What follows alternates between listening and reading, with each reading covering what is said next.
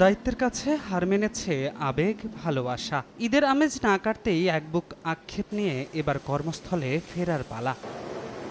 ঈদের মাত্র একদিন পরেই খুলেছে সরকারি বেসরকারি প্রায় সব প্রতিষ্ঠান। বুধবার সকাল থেকেই রাজধানীমুখী মানুষের ভিড় ছিল কমলাপুর রেল স্টেশনে। যাত্রী বোঝাই প্রতিটি ট্রেন থেকে নেমে প্রায় সবারই গন্তব্য ছিল কর্মস্থল। পরিবার ছেড়ে তো আসতে ইচ্ছে করে না, তারপরে কর্মস্থলে প্রয়োজনে আসতে হয়। পরিবার ছেড়ে তো চলে আসতে হয়, সেটা হলো যে চাকরি করলে তো আসতেই হবে।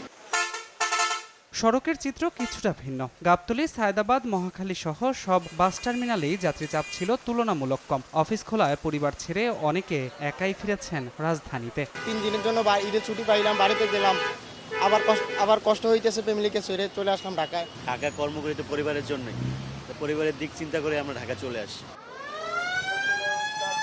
এদিকে যারা কাজের তাগিদে ইট পাথরের শহরেই উদযাপন করেছেন ঈদ, তাদের কেউ কেউ এখন ছুটেছেন বাড়ির পানে। ভিড় করছেন বাস টার্মিনাল, রেল স্টেশন কিংবা সদর ঘাটে।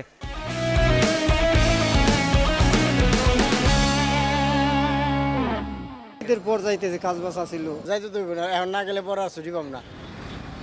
ভোরে পাটুরিয়া, দৌলদিয়া ঘাটে ছিল যাত্রী চাপ। বলছেন পরিবারের সঙ্গে ঈদ কাটিয়ে এবার নির্বিঘ্নেই ঢাকায় ফিরতে পেরেছেন তারা। ধ্রুব ব্যানার্জি, সময় সংবাদ, ঢাকা।